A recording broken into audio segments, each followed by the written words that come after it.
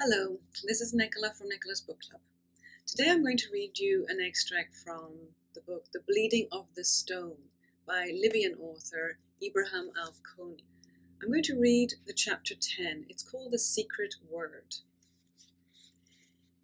He wouldn't give up the jutting rock, wouldn't loosen his fingers. Patience. He'd almost forgotten the wise advice his father had passed on. I tell you, be patient. How can you live in the desert without patience? The man who was never granted its contentment will never be happy there. I tell you, use patience and cunning. They're the secrets of the desert. No one can know where succor will come from, whether from heaven or earth. Above all, be patient and wait. Patience is the secret word.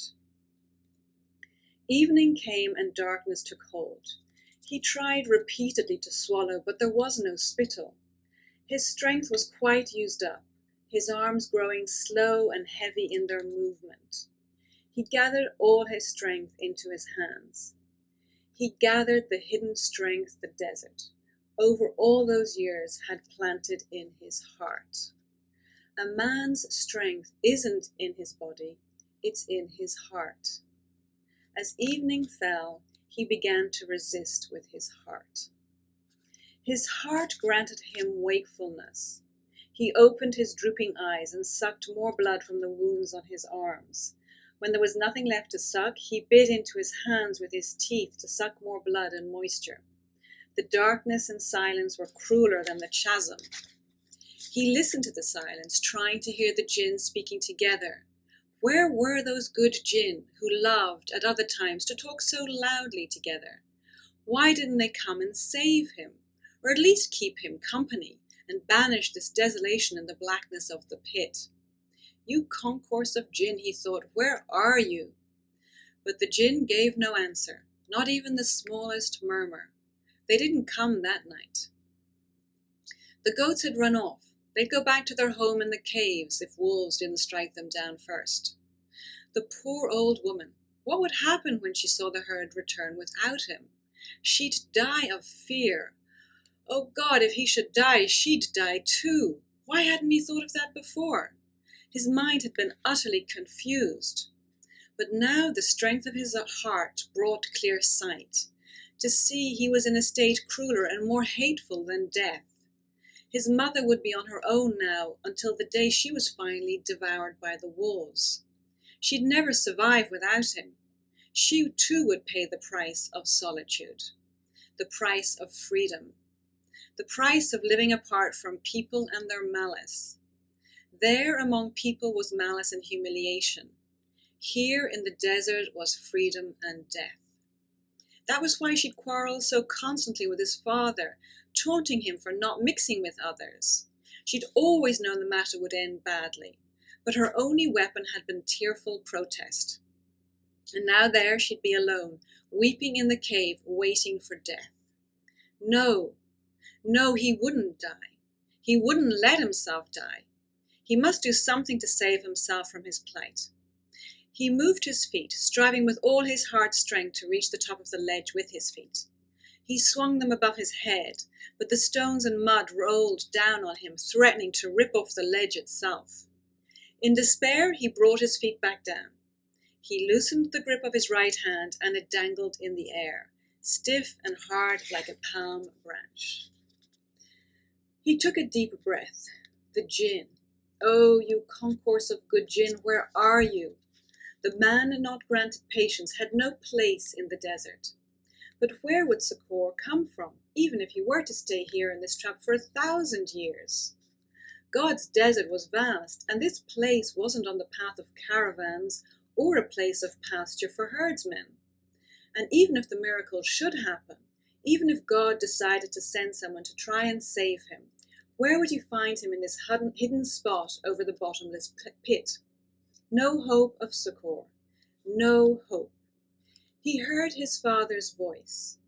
You must be patient even when you've lost hope. That's the law of the desert. Then, without any conscious will, he found himself shattering the depths of silence with a horrified scream, the scream of despair. The mountain peaks huddled in silence and darkness sent back his scream still louder. The echo ran on endlessly, but the Jinn made no response. As for humans, he'd no hope his screams would bring help from them. There was no human beings here. There'd been none for a long time. From the moment his father had left this world, turning toward the everlasting void, he'd sought nothing from them, only to avert their evil and escape their harm. Was this the punishment for those who lose all converse with the human race? He was growing weary, his strength quite ebbing away. He drew strength from the heart and licked the wounds on his arms, the dried threads of blood. Patience, patience. He felt dizzy, his consciousness about to fail. A kind of cloud was passing before his eyes. He shook his head to rid himself of it with the help of further screams. Again the mountains rang, still louder this time. Then silence took over once more. No whisper, no movement, not a murmur, and no Jinn.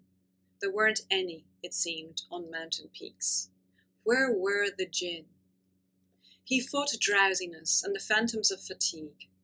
Images floated before him, tempting him to slacken his grip on the loop of consciousness.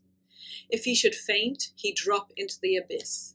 He must keep thinking of the fate of his poor mother after his death. What could the old woman do in that wilderness? She'd die of thirst or hunger, or the wolves would devour her. He mustn't die. He had no right to die and leave her to face such a cruel fate. He was a wrongdoer. He'd broken his vow and he'd earned his punishment. But what had she done that she should deserve to die with his death? Where was the justice? Where was God? When he'd reached 7 years old and begun to learn the Fatiha chapter, his father had asked him, "Do you know where God is?"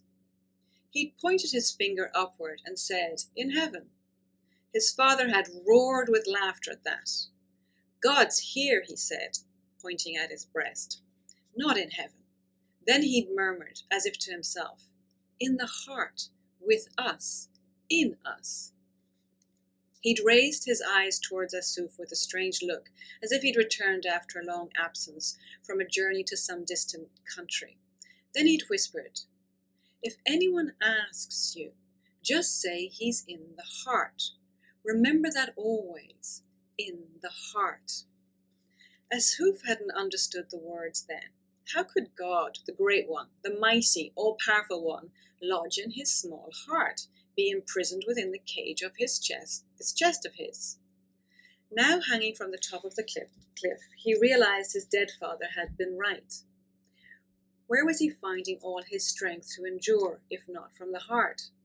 But for this mysterious strength, for the presence of God in the heart, he'd have fallen into the abyss of darkness that was plucking him down by his feet. During the second half of the night, he imagined he'd fallen asleep while still hanging there. How was it he hadn't fallen? Perhaps it was a delusion. Perhaps he'd never fallen asleep at all. His pain returned worse than it had ever been before. He couldn't go on. He couldn't endure. There was no hope. No hope. Where was the heart strength? Where was God? Soon he'd plunge in. He lost the power to move his hands, could no longer change them as they clung there to the rock. It was all over. No hope of deliverance remained, and no hope of deliverance for his mother either. Wretchedness had been written as her lot, and she'd suffer for a long time before she died.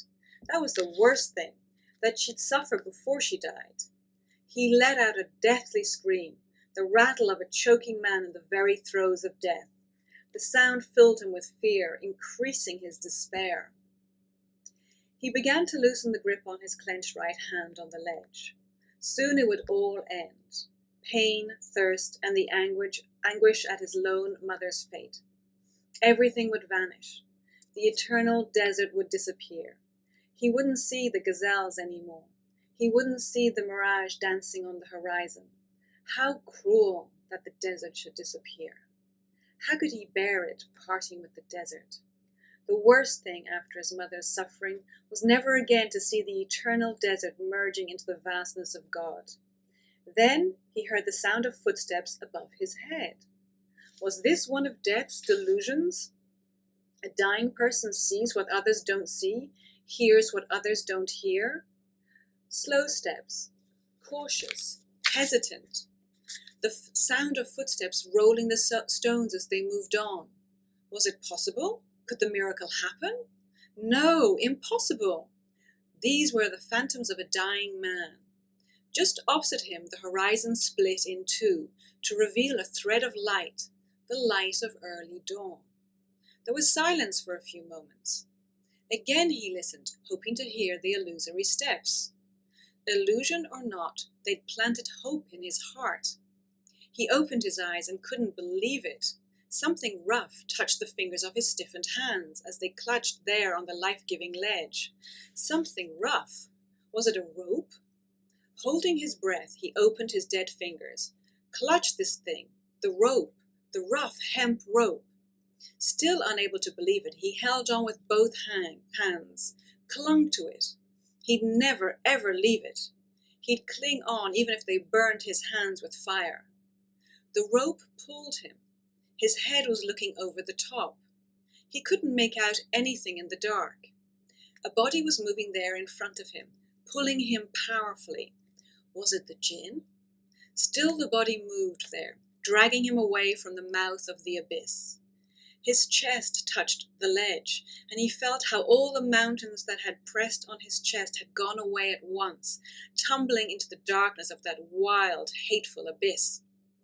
He was saved, saved. The Jinni who'd saved his life was still moving in the stone-covered space, slowly, silently, calmly.